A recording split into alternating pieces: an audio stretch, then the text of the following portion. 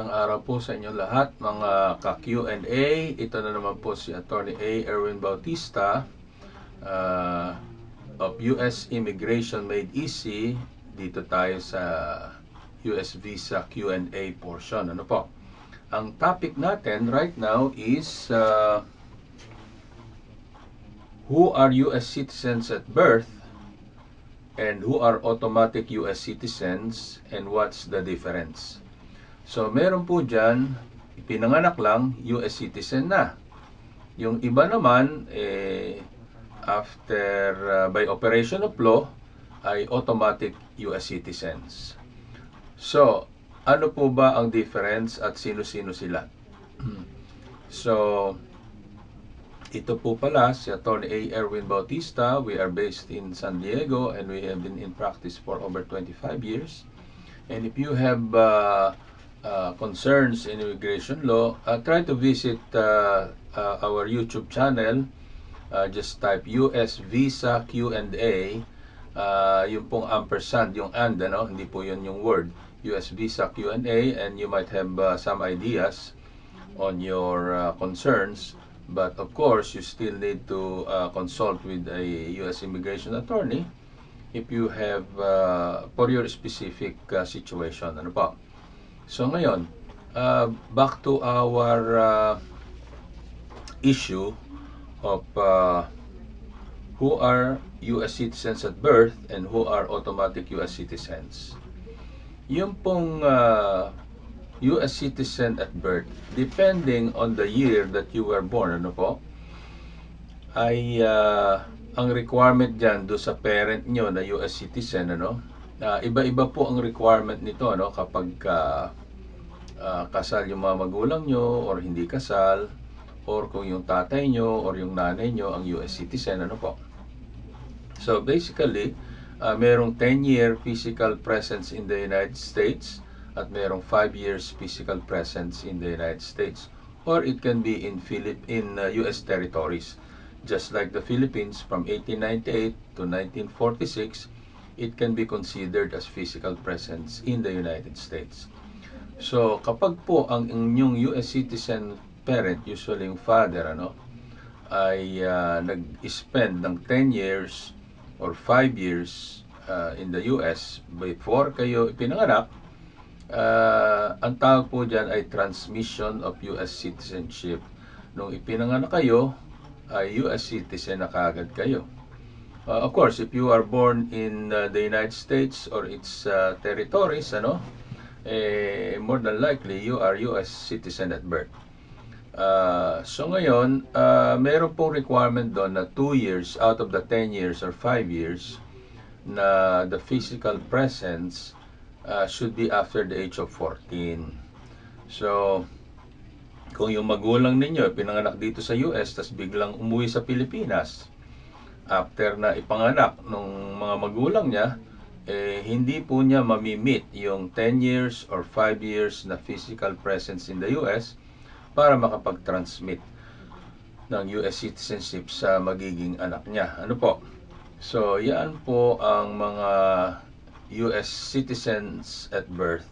Dapat yung parent, especially yung father, ay na-comply niya yung physical presence requirement in the US or its territories. Kapag ka po mother, medyo mas madali yung requirement. Ano po? Sometimes it's only 1 year. Anyway, yun naman pong mga automatic citizens at birth. Automatic US citizens. According to the Child Citizenship Act of 2000. So, Child Citizenship Act of 2000, anyone who immigrated to the United States, who entered the United States as a legal permanent resident, and before the age of 18, and under the custody of the US citizen parent, ay automatic US citizen po yan. So, yan po yung mga children below 18, pumasok sa US as a legal permanent resident at kinupkup sila ng kanilang magulang na US citizen. So, ano ibig sabihin yan? Hindi kailangan parehong US citizen yung magulang, hindi kailangan na kasal yung magulang, hindi kailangan na na hindi citizen yung pareho na magulang. Kasi before the Child Citizenship Act of 2000, medyo mahigpit po ang requirement. Dapat po yung parehong magulang ay US citizens kung kasal sila. Kung sila naman ay hiwalay, dapat hindi sila kasal. Ano po? Kaya yung mga hiwalay lamang at hindi sila legally separated, hindi po ma-automatic ang US citizenship ng bata kapag parehong buhay at kasal pa at hindi naman legally separated or divorced. So kahit kinupkup ng US citizen na parent. So nung pinalabas po ang Child Citizenship Act of 2000 under President Bush, the younger Bush, ay pinadali na po ang requirement. Kailangan lamang po ay nakapag-immigrate sa United States before the child turns 18 as a legal permanent resident and under the custody of the US citizen parent. Yan po ay napapatunayan sa pamamagitan ng income tax return. Pag nag-submit ng income tax return, nakalagay dyan yung pangalan ng dependent na legal permanent resident child. So, at saka ang suggestion ko po pala dyan, mag-apply kayo ng N600 para may katunayan at katibayan na automatic citizen or US citizen. Kasi pag wala nyan, you are citizen by operation of law pero wala ka namang ebidensya.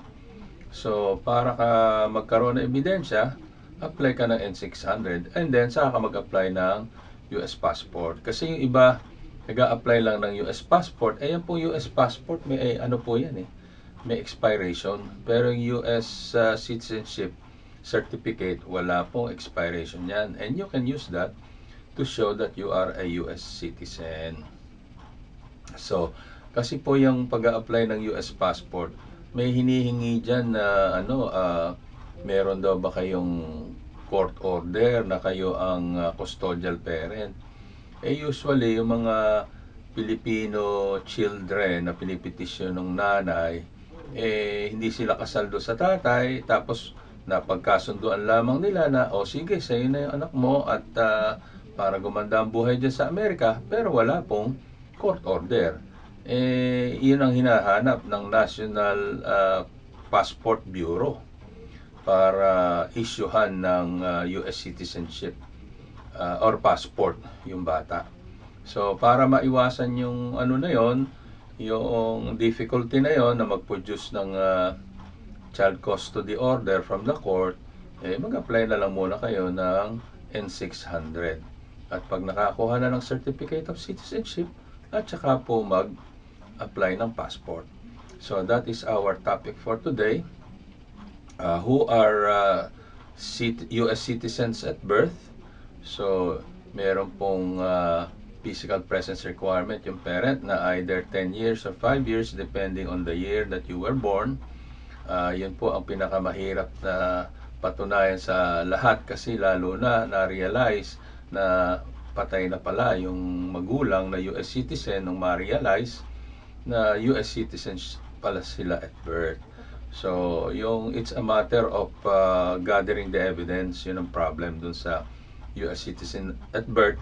Tapos yun namang mga automatic citizens, pag hindi kagad in-applyan yan, ganun na rin na magiging problema ng pagkalap ng ebidensya kung 10 years or 15 years from now na naging automatic US citizen bago mag-apply. So, apply as soon as you find out or as soon as you know na kayo pala ay US citizen at birth or kayo ay automatic citizen. So, good luck and God bless to everyone. Ito po si Attorney A. Erwin Bautista. Tayo po ay napapakinggan sa radiophilam.com at saka po sa Flash TV. So, magandang araw po sa inyo lahat. See you on our next episode, mga ka-Q&A. This is Attorney A. Erwin Bautista.